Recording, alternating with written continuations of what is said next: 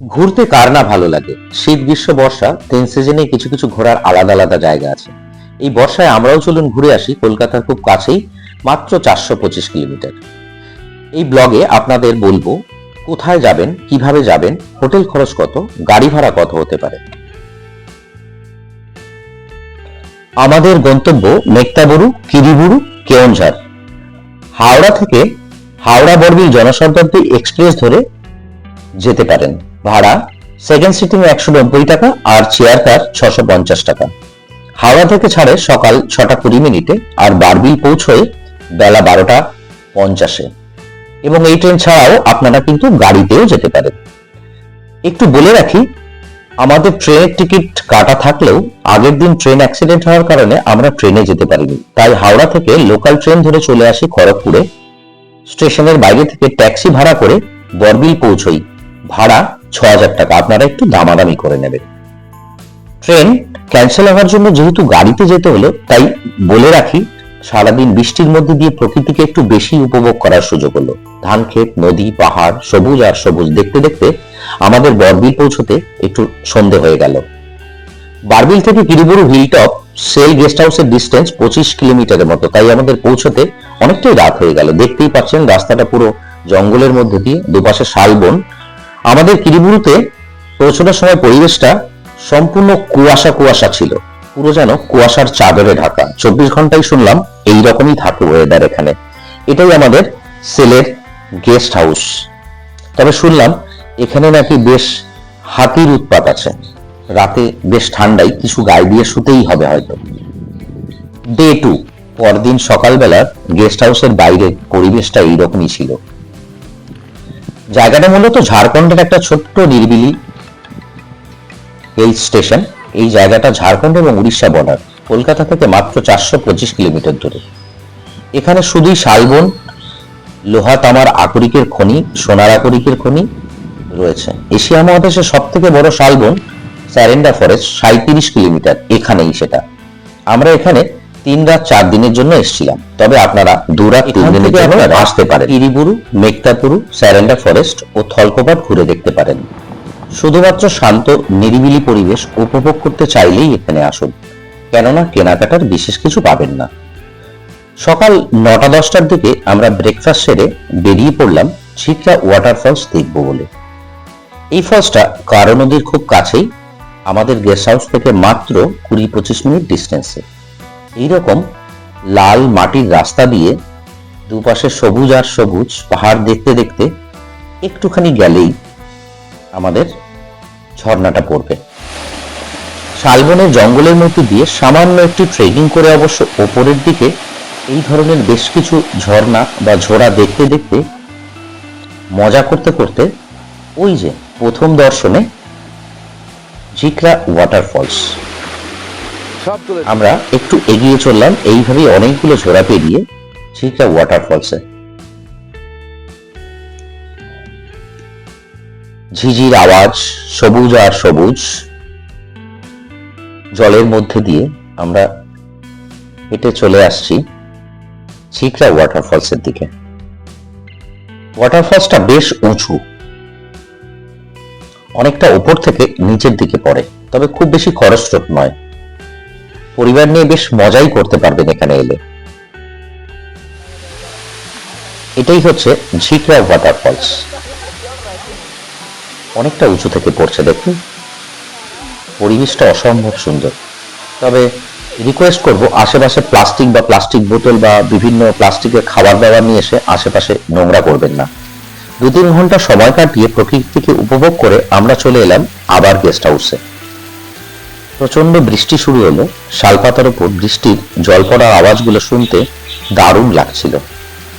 দুপুরে লাঞ্চ সেরে একটু রেস্ট।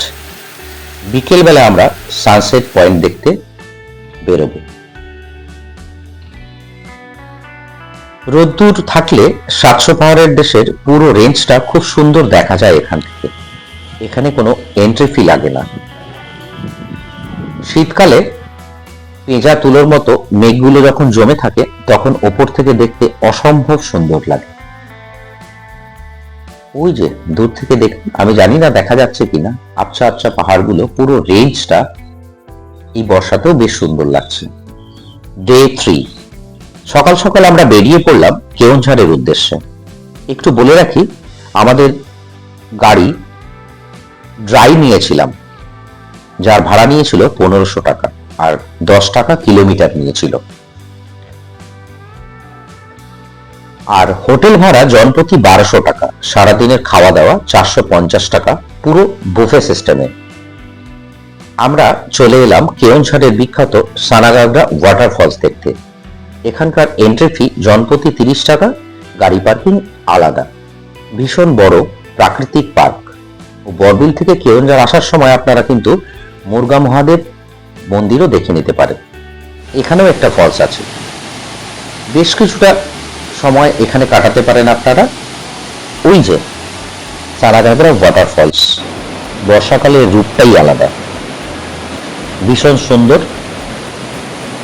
এখানকার সব ঝর্ণাগুলোর জলের রঙই একটু অন্য রকমের, হয়তো আকরিক খনি আছে, সেগুলো হয়তো জলে মেশে, তার কারণে হয়তো হতে পারে, জানি না, কিন্তু জলের রঙগুলো একটু অন্যরকম, ভীষণ খরস্রোতা, বর্ষাকালের রূপটাই আলাদা। এরপর বিকেল 4টে নাগাদ আমরা চলে এলাম হান্ডিভাঙা ওয়াটারফলস দেখতে। এই ফলসটা কিন্তু পুরোটাই অফবিট। এই যে এখানে একটা মন্দিরও আছে। বেশ খানিকটা সময় হাঁটতে হয়, কিন্তু প্রায় 15-20 মিনিট হাঁটতে হবে। জঙ্গলের মধ্যে দিয়ে একটু সাবধানে যাবেন, কারণ বর্ষাকাল, খুব একটা লোকজনের দেখা এখানে পাবেন না। এটাও সেই শালবনের ঘন জঙ্গলের মধ্যে দিয়েই যেতে হয়। এই ট্রেকিং এর রাস্তাটা খুব একটা খারাপ না, পাশ দিয়েই নদী বয়ে চলেছে। আমরা এবার ডান দিকে যাব, তবে সাবধানে হাঁটবেন, কারণ রাস্তায় বেশ শ্যাওলা আছে, বর্ষাকাল যেহেতু স্লিপ হতে পারে, তো একটু সাবধানে হাঁটাহাঁটি করবেন। বিভিন্ন ধরনের পাখি দেখতে পাবেন, বর্ষাকালে প্রচুর পাখির ডাকও শুনতে পাবেন এখানে। খুব একটা লোকজন এদিকে আসে না বোধহয়, যার জন্য খুব একটা সাজানো গোছানো নয়, বা গভর্নমেন্ট থেকে হয়তো খুব একটা বেশি ব্যবস্থা এখানে করা হয় না। লোকাল লোকজন এই ধরনের ঝোড়ার উপরে ছোট ডালগুলো ফেলে একটা রাস্তা বানিয়ে রেখেছে, যাতে আমাদের মতো লোকজন যেতে পারে।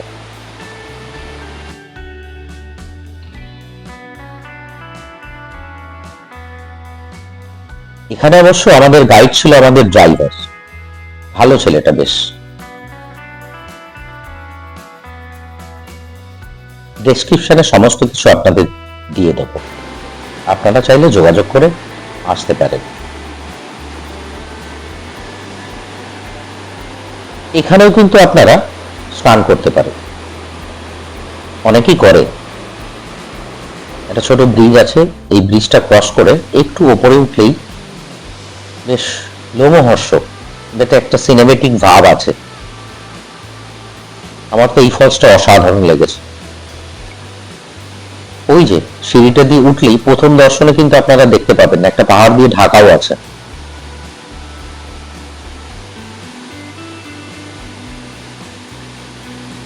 ওই যে নিচে একটা রাস্তা গেছে, ওই পাথরগুলোর ওপর দিয়ে গিয়ে ওখানটায় আপনারা স্নান করতে পারেন বা মজা করতে পারেন। এই দেখুন হান্ডিভাঙা ওয়াটারফলস।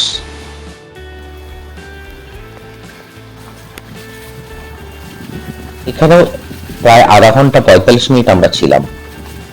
বিকেল 4টে নাগাদ আমরা বরবিল ফিরে এলাম। সেখানে একটু চা বিস্কুট খেয়ে আমরা জটেশ্বর মহাদেব মন্দিরের উদ্দেশ্যে বেরোলাম। রাস্তা খুব খারাপ, পুরোটাই জঙ্গলের মধ্যে দিয়ে যেতে হয়।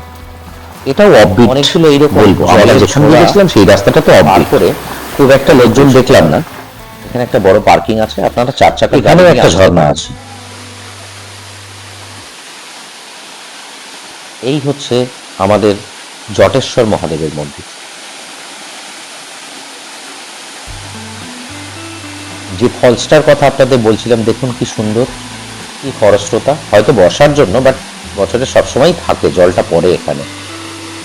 মন্দিরটাও অসম্ভব সুন্দর। আমরা যখন পৌঁছলাম তখন মন্দিরের ভোগ খাওয়া চলছিল। সে সৌভাগ্য আমাদের হয়তো ভগবানের কৃপাতেই হয়েছিল, যেহেতু আমরা বিকেল বেলা গেছিলাম।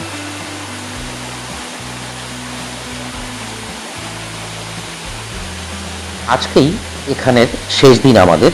চতুর্থ দিন সকালবেলা আমরা হোটেলের ব্রেকফাস্ট সেরে আশেপাশটা একটু ঘুরে দেখলাম এবং হোটেলের পাশেই একটা সানসেট পয়েন্ট আছে।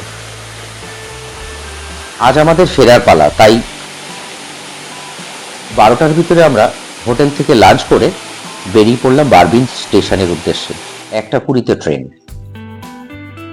এই ভিডিওটা আপনাদের কেমন লাগলো জানাবেন। আরো নতুন নতুন ভিডিও ও তথ্য পেতে চ্যানেলটিকে সাবস্ক্রাইব করুন। সবার আগে নোটিফিকেশনের জন্য সাবস্ক্রাইব অবশ্যই করবেন। ধন্যবাদ।